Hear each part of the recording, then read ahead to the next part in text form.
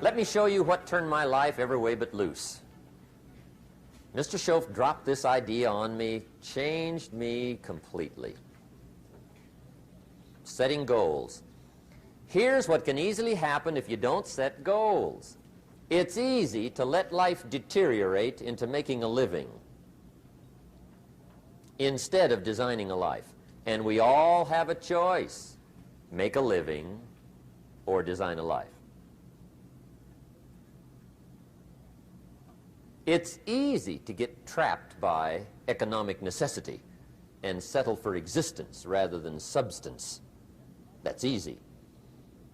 But the best advice I can give you on how to break out of that trap is to learn how to set goals. Mr. Schoaf put it to me this way. He said, Jim, if you had enough reasons, you could do the most incredible things. I never forgot how he put that. If you have enough reasons. See, reasons will change your whole life. Mr. Schoaf said to me, he said, Mr. ROHN, I think you've got plenty of intelligence, you've got plenty of talent, you've got plenty of ability. Probably what you lack is plenty of reasons. He said, I don't think your current bank balance is a true indication of your level of intelligence. I was happy to hear that. He said, I think you're much smarter than your present bank balance indicates. And that turned out to be true. I was much smarter. But of course my first question was, well then why isn't it bigger? And he said, you don't have enough reasons. You've got enough intelligence, but not enough reasons. So see, reasons can change your life. Here's what else I found out. Reasons come first, answers come second. You don't get the answers to do well till you get the reasons.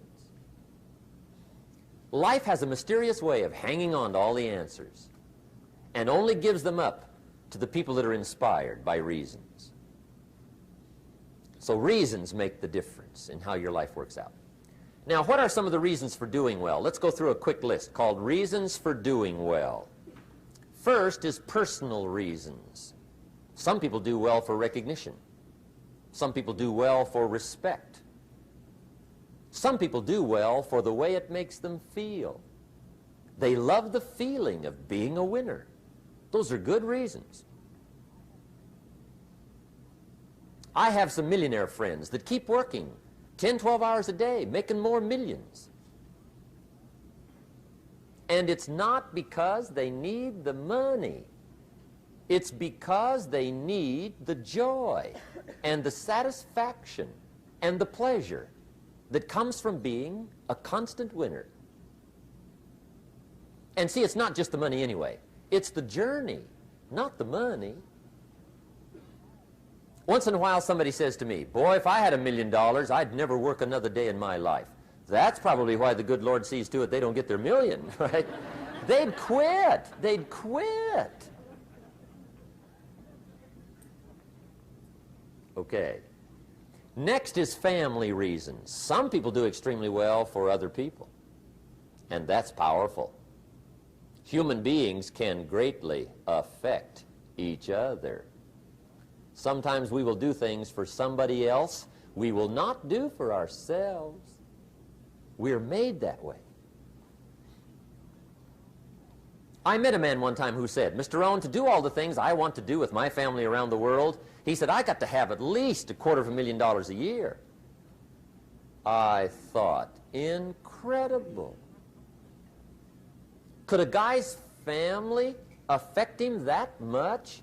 And the answer is, of course. How fortunate are the people that find themselves greatly affected by somebody for personal achievement. And we are affected. The writer of a recent song said, if not for you, the winter would hold no spring, couldn't hear a robin sing. I just wouldn't have a clue if not for you. So we can be affected. That might be one of the most stimulating reasons to do well, finding somebody. Next is benevolence. Some people are turned on by sharing. And sharing can be one of the biggest turn-ons to do well. Some people do extremely well, gathering up resources, and then they divide them all up, sponsor all kinds of things. Sharing.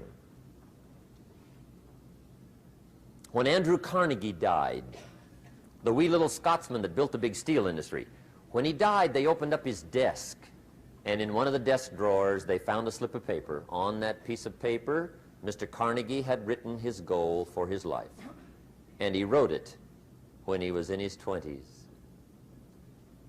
And on that piece of paper, it said, I'm going to spend the first half of my life accumulating money. I'm going to spend the last half of my life giving it all away. What a goal.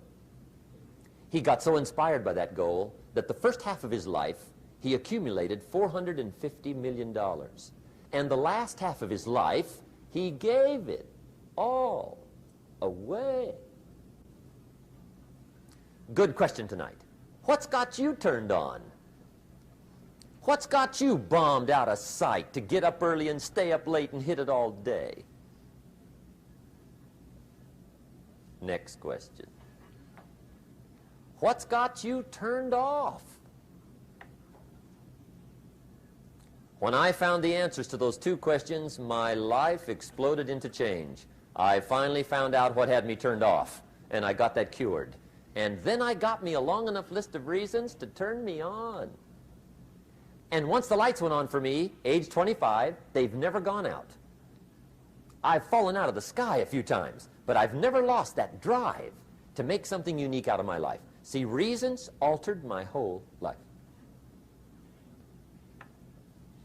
Now, there's another list of reasons called nitty-gritty. Hard little reasons.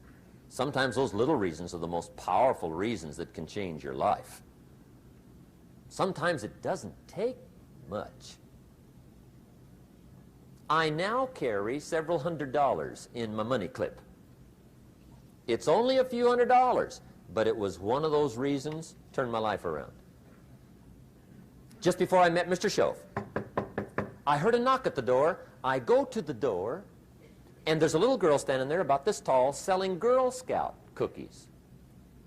And she gave me one of the finest sales presentations I've ever heard. Special deal, several flavors, this whole package of stuff, $2. And with a big smile, she very politely asked me to buy. And I wanted to. Big problem. I'm broke. I don't have $2. And to this day, I can remember the pain and the embarrassment. I'm a father. I'm a husband. I've been to college. I'm working. I'm 25. I don't have $2. And I didn't want to tell her that for some reason. So I did what I thought was next best. I lied to her. I said, hey, look, I've already bought lots of Girl Scout cookies. I've still got plenty stacked in the house, which was not true. But it seemed to get me off the hook for the moment. She said, well, gosh, that's wonderful. Thank you very much. And she went away.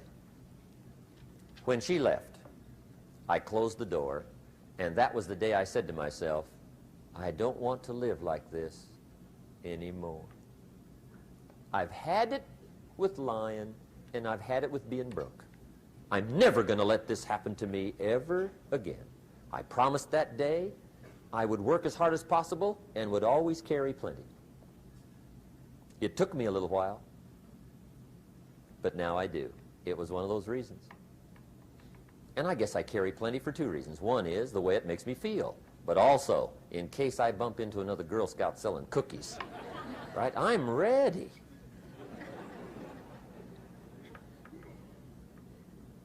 I walked out of the Bank of America one time up in Saratoga, California, where I used to live. Two little girls selling candy right outside the bank. Good place. Some girls' organization they're working for, right?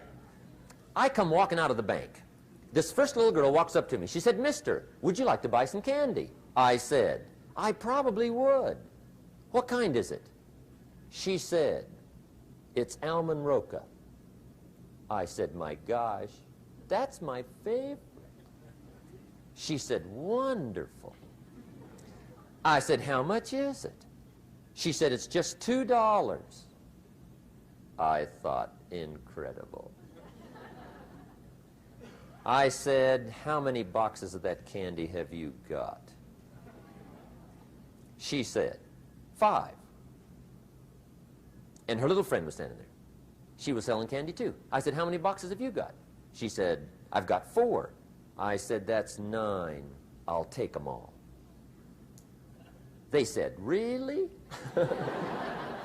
I said, "Yeah, it's my favorite. I've got some friends. I'll pass them around." They got so excited, put all this candy together. I reached in my pocket and gave them the $18. When I've got the candy and they've got the money, that first little girl looks up at me. She says, "Mister, you are really something." How about that?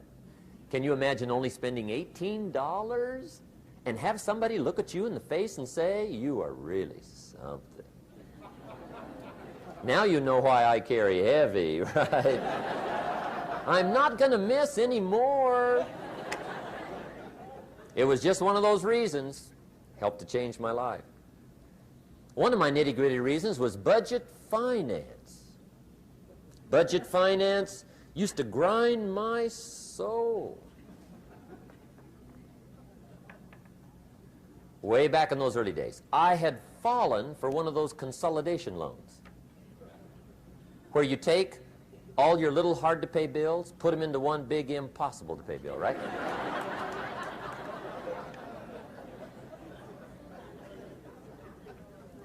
I would get 4 or 5 payments behind. This one guy used to call me day and night. I don't think they're allowed to do that anymore. Harassed me.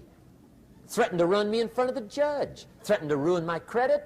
Threatened to embarrass my family. One day he said, "We're going to come get your car, drag it rear end up down the street in front of your neighbors." The guy even called me a flake. And back in those days, I'm broke, I'm pitiful, there's nothing I can do about it. But I never forgot how the guy treated me. And when I met Mr. Schoaf and I got my life straightened out and the money started to flow, that was one of my first projects, budget finance. I poured it on day and night. I finally put all the money together I owed him, which was considerable. I picked a day for the payoff.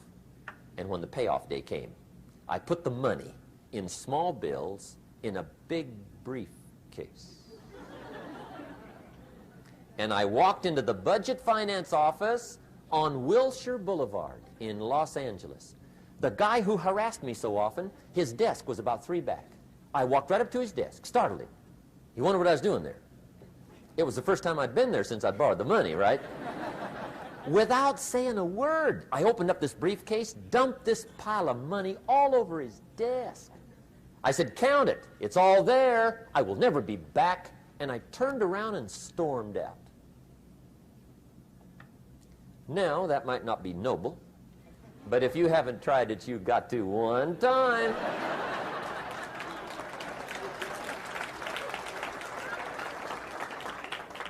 It can be the day that turns your life around. All you need is a reason that turns you on. One of my dear friends, Robert Depew, Bobby used to be a school teacher in Lindsay, olive capital of the world. Bobby taught school several years, got a little weary teaching school. One day decided he wanted to get into sales. So without telling anybody, he just up and quit his job teaching school and jumped into sales. When he did, his brother made fun of him, laughed at him, put him down, said Robert's lost his mind. Had a good job teaching school, now he thinks he's a salesman. He's going to go down the drain, lose everything. Just put him down something fierce. Bobby said, "The way my brother acted when I got into sales, He said, that made me so mad, I decided to get rich. And my question for you tonight is it possible to get that mad? Of course. Wealth is not a matter of intelligence. It's a matter of inspiration. Today, Robert happens to be one of my millionaire friends. Bobby's rich.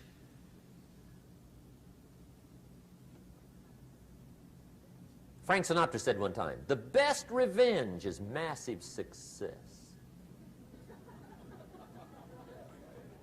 Hey, get you a long enough list of reasons so that after tonight you never lack for inspiration. You might not have all the answers right away, but you can get the answers if you can get the reasons.